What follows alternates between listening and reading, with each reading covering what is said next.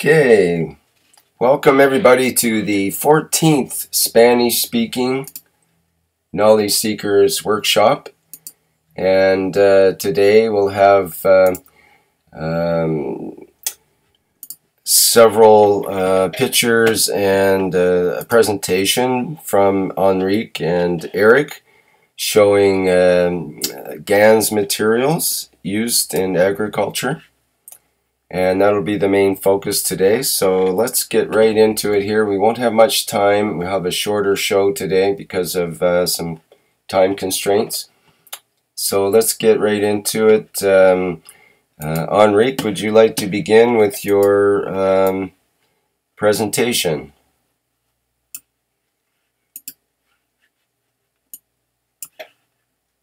Yes, I've got the first one up. I'll go right into the second one, which is about your proposal.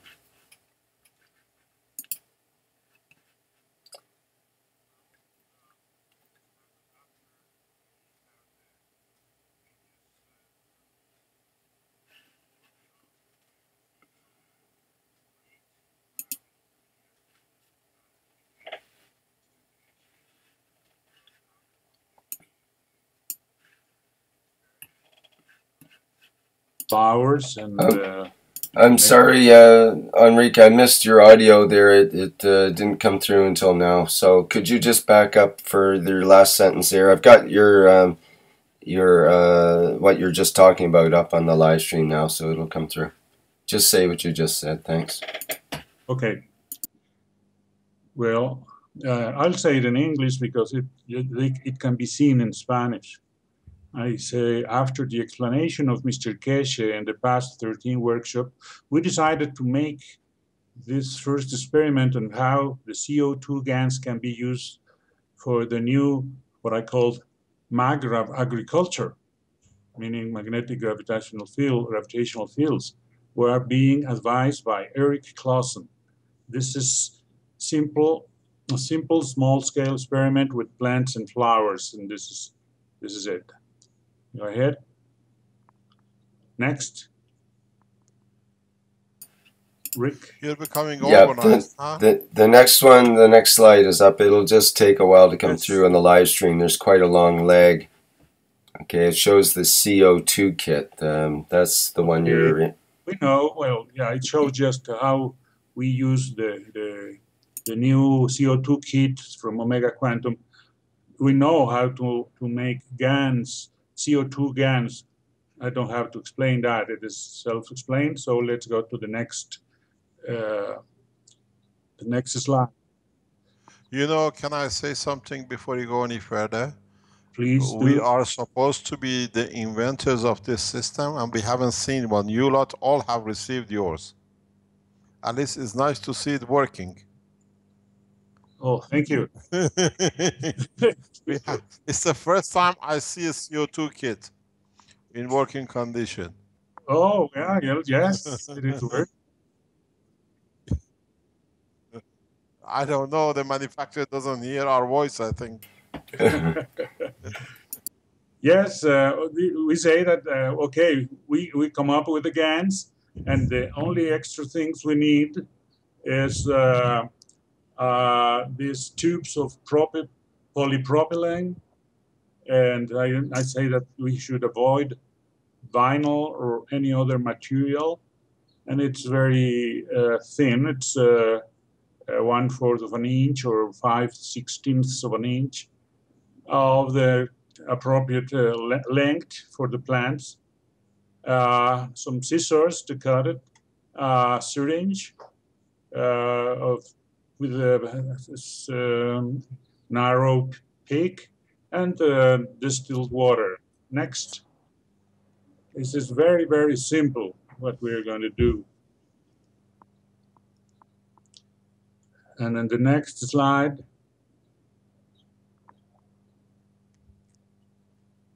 You have found the application for the CO2. Right. Yeah. We wanted to find a fast, easy application in order to be able to promote the selling and the buying of the using of the CO2 kits because it's fantastic that it is helping remove or capture the CO2 from the atmosphere, but it also has a tremendous strength and value in the use as an energy. And this seems to be very accessible for the people, just for the gardens, for the plants, or even for agriculture. And this is doing the job. People is getting interested after this. The next one shows how we proceed. We take a piece of the tube. We are going to put it in a plant. So we make a ring, and that ring is being filled with water first. Can you pass the next slide, Rick? Well, it's coming there now. Yep. Okay. With a syringe, we use this. We're using distilled water first. We almost fill the tube, and then we fill it with a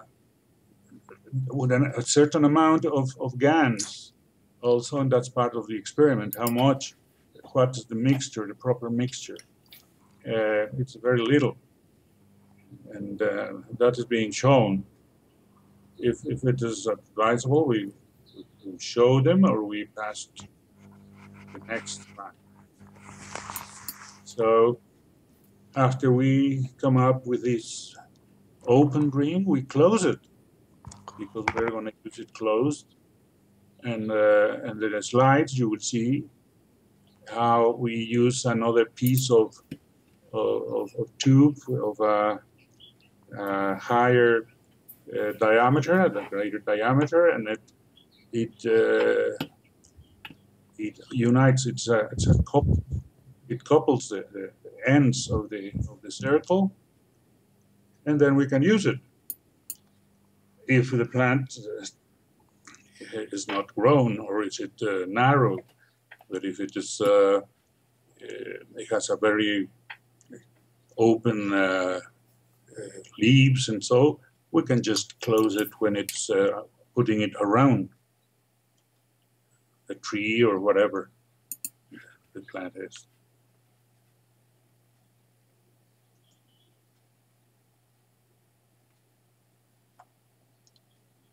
I wonder if I think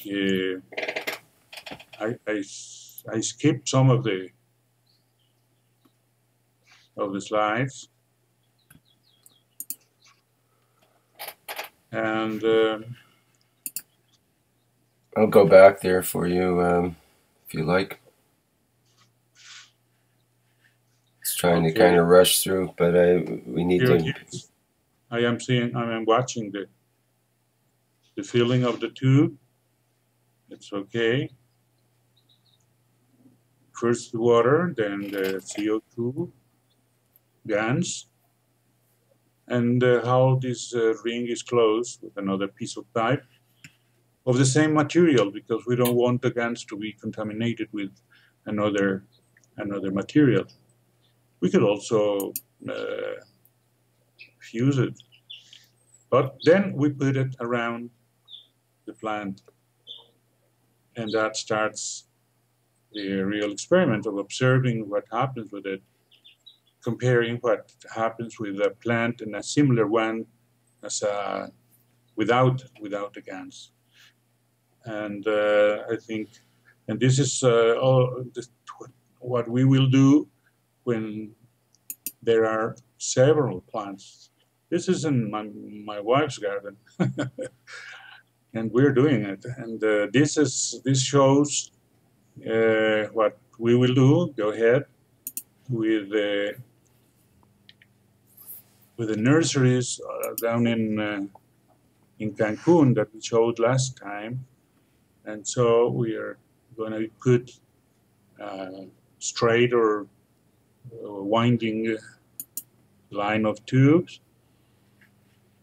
And in the next one, we show in palms the growing of palms. The palms, you mentioned these, Mr. Keshe, to put that when we talk about a tube, it may be, and instead of these, we could use an assay tube from the laboratory filled with GANs in this place, but we are going to try with these tubes of polypropylene. And that's it. Can I ask you a question? Please do. Is it possible to embed the pipes in the soil and see if there is any difference? Yes, actually, the next slide, the 17 slide, shows that. We are going to do that. We are going to have both situations and compare. If it's in the next slide. Should be up on the live stream any second here now. Okay. Just waiting for it to come through. There it is. We understand that the field is what is important, and that's what's shown here first, just around the. Hallelujah! We got through at last. No, the 17. Yeah, they really got it this time. It's great, and Erick's been a big part of this too, and he's got some pictures of some of the work that he's done with his plants that are similar. But we can just maybe finish the last few pictures here and continue. I would like to show the. I'd like to show the other one, the 17, which is a drawing. I sent a drawing with two cases when the tube is over the soil and when it is under, when it is buried. And the thesis is that it is going to be the same effect because the field, the Magrav field is extending. And the question from Mr. Keshe is, should we consider how much, as it is it 2 or 3 meters? It is 10 centimeters around. We reckon, we could be completely wrong, but we reckon about 3 to 10 centimeters. But no test has been done in a deep cultivation. This is what I'm showing here. This is, it seems, but in the next one it is a drawing, and we consider that the field is spherical, is round around the pipe, so it takes both the plant and the earth itself and the plants around, and we want to know precisely if we can put just one pipe and several rows of. Here it is. You can see. You know what will be nice? Now you Yes. started this experiment. First of all, take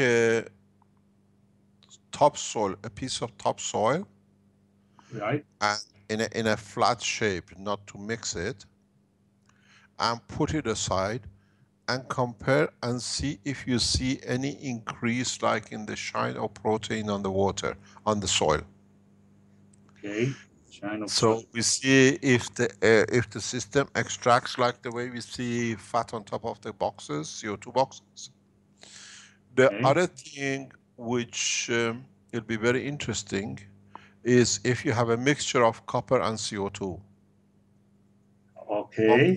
One pipe CO2, one pipe copper oxide or the others, and see if you make a difference. And then if you can do a study and see which plant needs like copper, and see if it changes in the growth. Which plant needs copper? Because the different plants grow in different environment. And what will be interesting to see how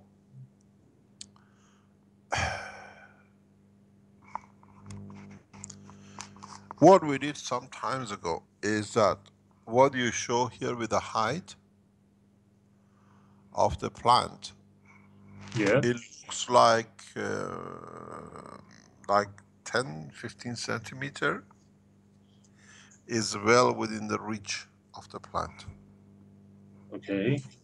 What will be interesting is these are the things which is been going through my head for years, but now you started it, is you know the way you put two rings on the soil, you're going to test, let's say, pipes under the soil. Yes.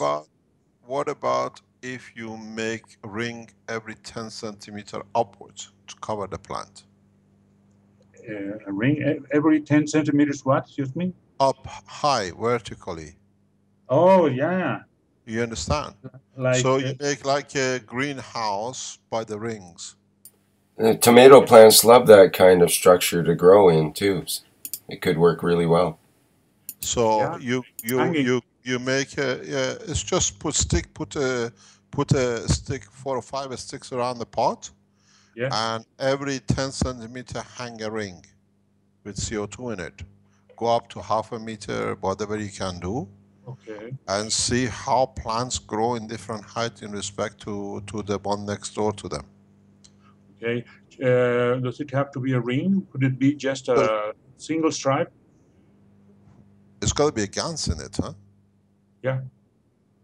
You can't do it if it's got to be. It's got to be the same system. You see if the same thing changes it, or with a mixture of the two.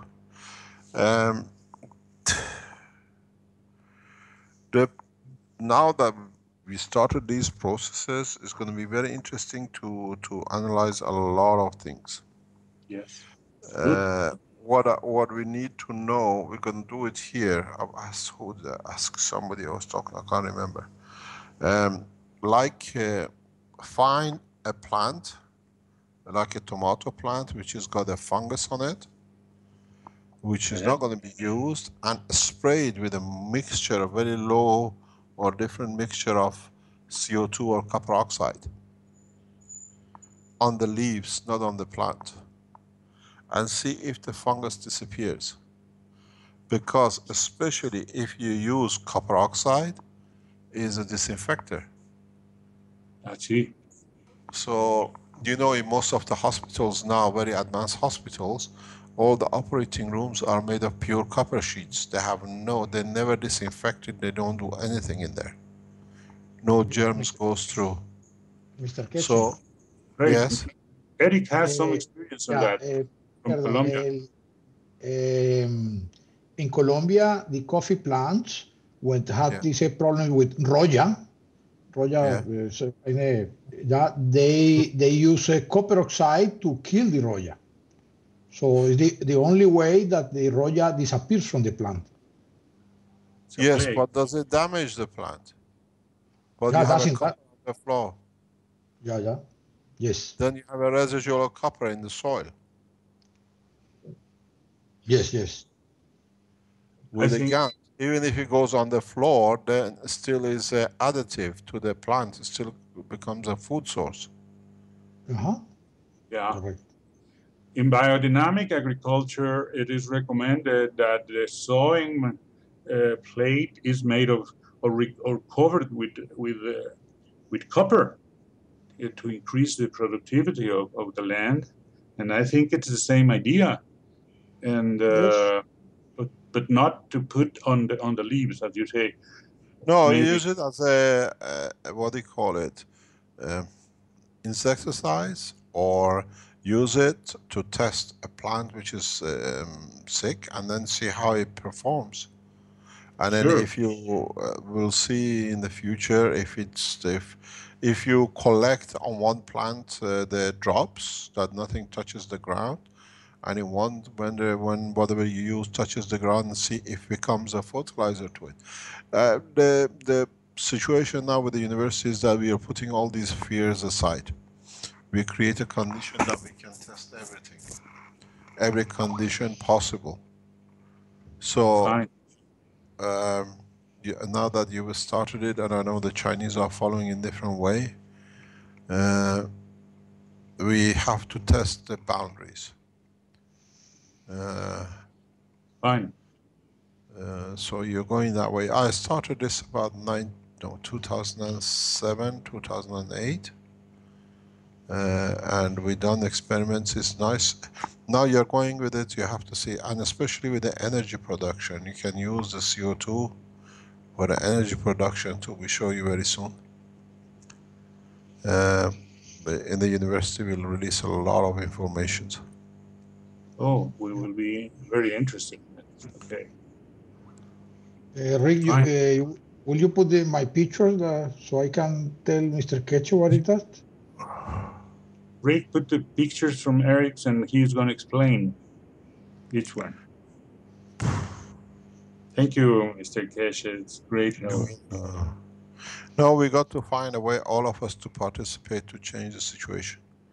And Yes. What will be interesting, we have, there is no choice. Now with the university opening up, there is no choice. We know now. The university in Mexico also, in the other experiment, and I think they will be interested also. Good. Okay, carry on. Yeah, Mr. Keshe, the picture that you see, that is one avocado plant. That's a tree, but it's a small one at the moment. I plant this avocado in November last year, and I put the CO2 gas inside the hose. I try to make one gradient inside the hose with aluminum and copper nano coated. That means the forces goes around more stronger. That was my idea. It was very, very good because here in Germany is very cold. It's very cold. And this plant was all the winter outside in my balcony, without protection and without water. And look how green and how good it is. So it has to work very, very good. But have you got another plant which has been in the same position? Pardon, I didn't understand. We need always, whenever you do experiments, keep two. One untouched and one the one you're doing experiment on. Then you have a point of reference. Que pongas un testigo, dice. Que pongas un testigo. Okay. A control. Sí. Yeah, we need two. Otherwise, you don't know if it's the real performance of the seed or is the performance of the environment you have created. Yes. But in this plant is one equatorial plant that don't have to have cold. And have here in balcony with all the cold from Germany. It's perfect. It's perfect. So that's what very, very interesting. I put two hoses. One with Isn't anybody translating to or you do the translating afterwards? I think I can translate later on. Better translate later on. Yes, I can translate later. Okay. Ok, traduzco entonces. Ok, la idea es esta planta la sembré yo en noviembre del año pasado acá en el balcón. Es un árbol de aguacate, aún está pequeño. La planta estuvo todo este tiempo afuera en el balcón en el invierno. Las temperaturas de Alemania son muy, muy frías y la planta no tenía ningún otro tipo de protección sino las mangueras con el CO2. Y aparte de eso no le eché agua porque con ese frío, ¿quién sale a echar agua a las plantas? La planta se sostuvo perfectamente bien, la pueden ver cómo está de bonita, el color totalmente verde. Es decir, es increíble lo que puede hacer esto. Okay, go ahead. Don't forget the Chinese reported the same thing with the Chinese lettuce a few weeks ago, where they had a frost and the one with the CO2 were still perfect. Okay. Do you remember? If you go on the Chinese lesson, you see it on Chinese section. Yes, I saw it. The plants. They are injected the plants. They injected to the soil, not in the plant. They injected the CO2 in the soil. So does it mean that we're creating an environment with the CO2? Or is there a need for greenhouses anymore?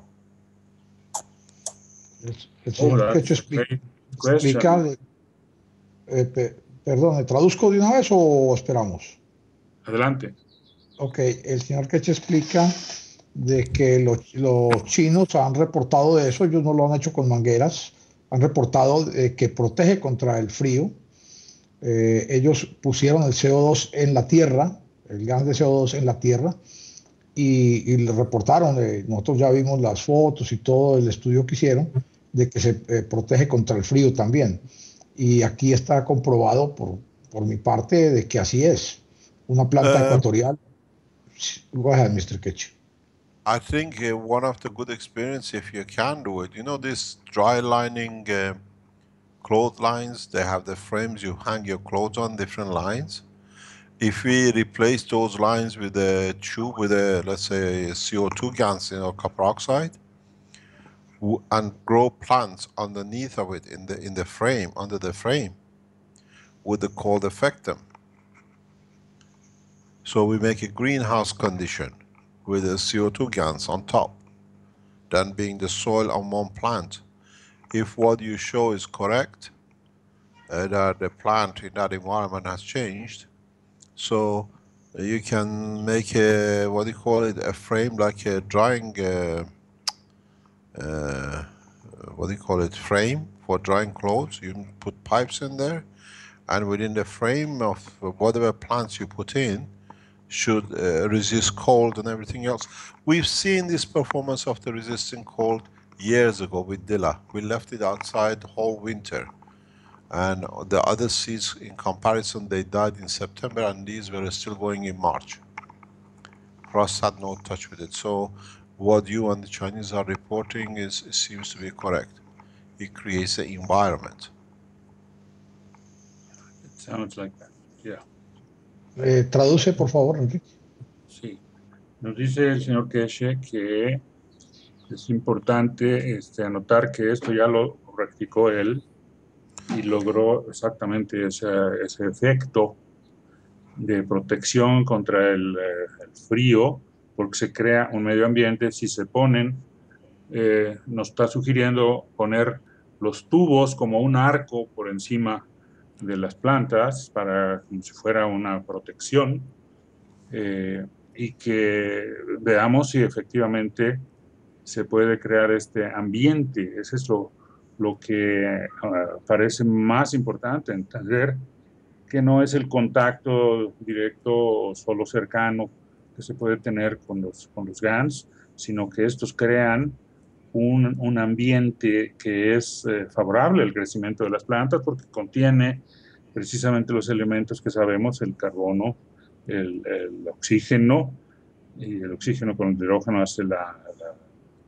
humedad, el agua y el nitrógeno que también jala.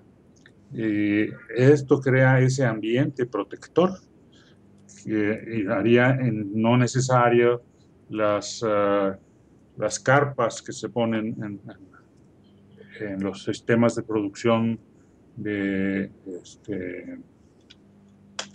¿cómo se llaman? Los, Erick, los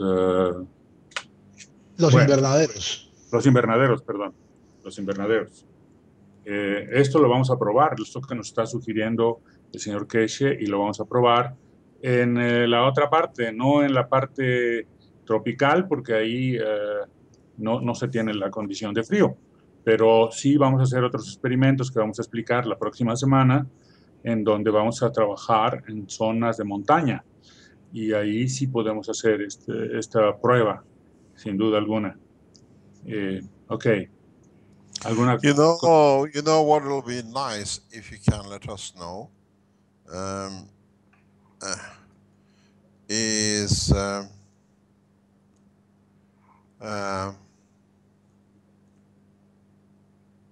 if you create this tent environment. I just wrote something to Sohail to look into it. If you create, let's say, a frame with the CO2 guns going over it and side of it, yeah? And right. Put the plant another frame exactly without the guns into it, but distance away, not near to it. See if you get any insect on the plant. See if you get any fungus on the plants which are within the frame. if you get flies on it or you don't get flies on it, then you create an environment which is insect-free and bacteria-free. Especially if you use a copper oxide and a CO2. Then you absorb a mixture, moisture from the air, so the moisture stays inside the frame, and at the same time it creates a field of copper oxide. So no plant doesn't need to be touched with anything, but it stays, what do you call it, insect-free and fungus-free. Fungus-free. You understand? Very well. Yes, yes, we understand. We're going to try that. So if the Spanish and the Chinese lead the farming side, the agriculture, it will be fantastic because you have the opportunity there to do it. We've been asked by Italian government to look into something very recently, so we do it when we are in what do you call it, in Bari, when we start. I think that will be a good point for you to look into.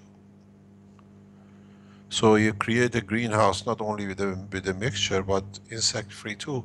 But then they have a problem. Would the bees go in to, what do you call it, to transfer pollen from the plants to plants? Nice, yeah.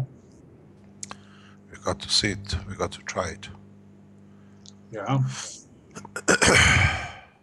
Here in the live stream image, I tried to show these blue and yellowish circles like the tube that would be formed with a field created by the hose going either over the soil or under the soil. But this is my understanding, my imagination. I ask you if this is possible. It is kind of the same idea of looking for a field. How is this field created? Do you have earthworms in your part of the world? Yeah. It'll be interesting to see the effect on the earthworms. Do they go longer, shorter, fatter? Okay. We have a very strange situation here in the lab. It's the first time we disclose it, but Arman and Marco know. So now we are moving out, we can explain it to you. 3-4 months ago, in the autumn, beginning of autumn, I noticed there is a sparrow in the lab. And this sparrow is there till yesterday. I think it's still there. And I wrote a text to Marco yesterday saying, I know how it's been feeding itself. Oh. Because there are no food. We have nothing in there but gans of tables full of ganses and all sorts. And we think it's been eating from the gans and the water of the gans. Oh. Because it has the water, but it didn't. It came in because we live in a green zone. It's been there. I've seen him once or twice a week. We left the doors open, we left windows open, we left everything open for it to go out. It doesn't want to go out. And yesterday, as we are now leaving the premises, I was packing things in the lab. It flew just over my head. And it doesn't want to go anywhere. It's been there. There are no way it can come and go. Only the door we open. It's not dead. It's been there now nearly 4, 5, 6 months now. And the only conclusion is I wrote to Marco yesterday. I said, I think I found out what it's been eating the gans. So it's very strange. There is no possibility of this bird going out of the building. There is no hole anywhere to go in or out. Oh, very conclusive. So it's been sitting there and it's been eating from the gans.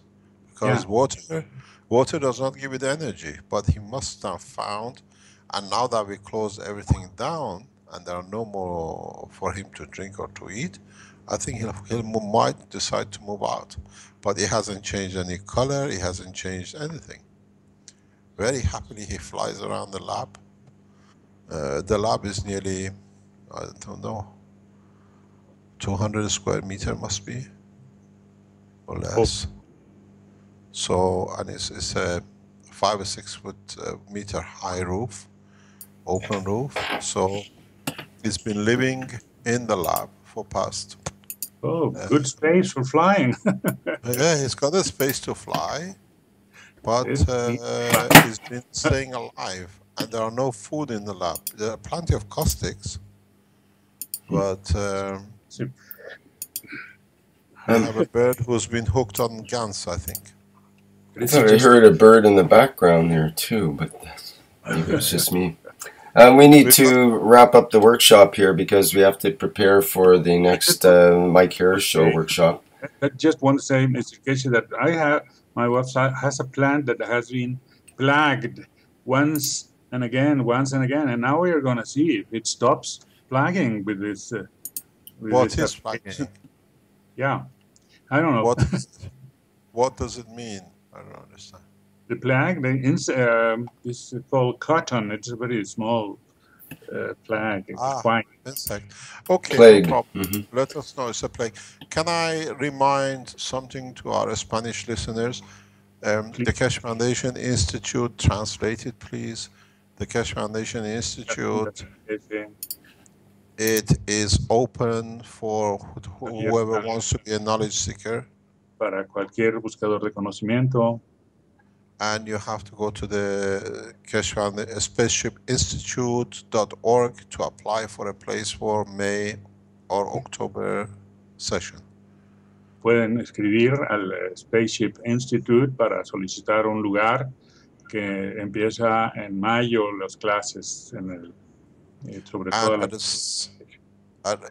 same time, the opening of the Institute for Keshe Foundation on 21st of April and a joint opening inauguration of the Institute and Loom University on 23rd is open to public. We have had Spanish people who come to our presentations openings, so it is open to you if you want to attend. Bien, y también es una invitación para estar en la inauguración del instituto en el 28 de abril de este año. Estarán presentes algunas personas también de habla hispana que estarán participando de este glorioso, importantísimo evento que va a ocurrir allá en Italia, en el Instituto de Astrofísica, como lo hemos traducido. Y nada más, el siguiente workshop hablaremos de los cultivos con grupos indígenas en zonas semiáridas de montaña. Okay, Mr. Keshe, thank you very much. Thank you indeed. It'll be nice to see you if you come, and it'll be nice to celebrate the new way of teaching and learning. It's a nice dream we have about. Ours have become reality. Yeah, we have to be able. Let's see. Thank you very much. Thank you very much, Mr. Keshe. Thank you indeed. Thank you indeed. Bye. Bye-bye. Bueno, terminamos ahora este workshop.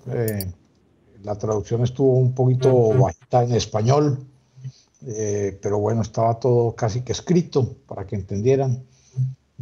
Les agradecemos mucho la compañía. Si hay alguna pregunta, pues muchos ya conocen mi Skype, o si no, también el email con Enrique. Muchas gracias y hasta la próxima semana. A Rick, muchas gracias. A Vince, muchas gracias. Al señor Keshe, muchas gracias. A Enrique. Sí, yo nada más quiero decir que lo que faltó traducir fue la plática en la que Mr. Keshe nos dijo que también nos fijáramos en los insectos y que creáramos este ambiente, este medio ambiente, y observáramos otras cosas en el efecto de lo que sería la salud de la planta, la salud del cultivo. Y así lo vamos a hacer, lo vamos a explicar más en la próxima vez. Gracias, Rick. Gracias. Great. Thank you, Enrique and Eric, and to everybody else that contributed today. And that ends the 14th Spanish-speaking Knowledge Seekers Workshop. Thank you, everybody, for attending. Thank you. Thank you, Rick. Thank you, Mr. Keshe. Vincent, thank you. Yeah.